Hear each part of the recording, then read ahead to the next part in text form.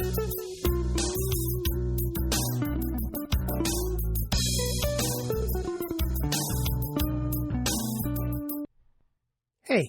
it's a Gobbet Opus 38. Before we get to our Gobbet Opus, a little business.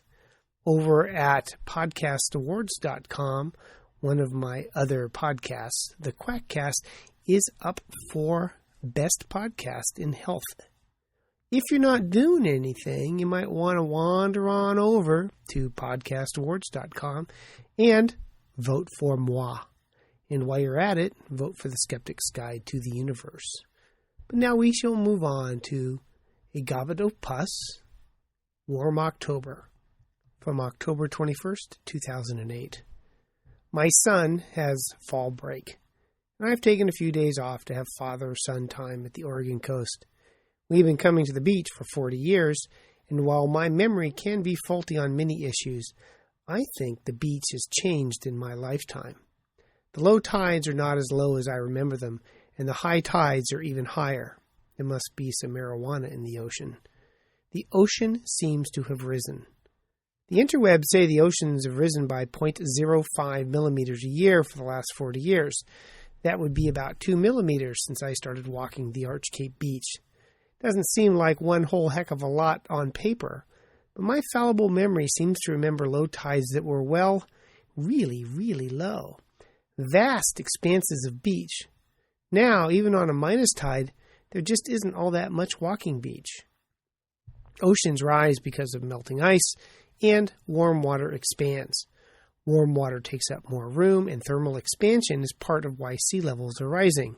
And with warm, expanding water, you get, you guessed it, infections. I'm on a seafood diet, and at the beach I see food and I eat it, at least for the short term. Except oysters. I am too chicken to eat raw oysters. I have eaten deep-fried grasshoppers and raw horse while in Japan. Poor Mr. Ed.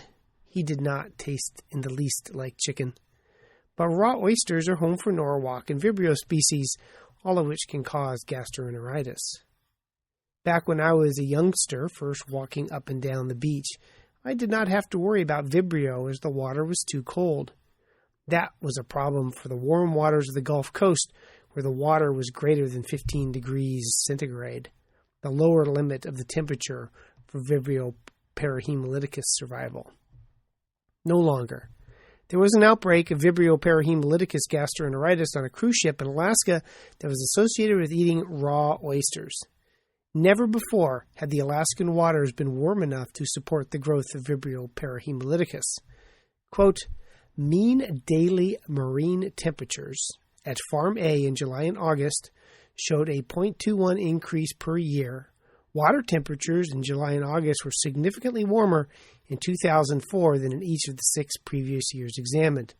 The mean yearly surface water temperatures from 1976 to 2004 in the Gulf of Alaska also showed a trend of increasing water temperatures. End quote. But the warm water leads to warm water infections.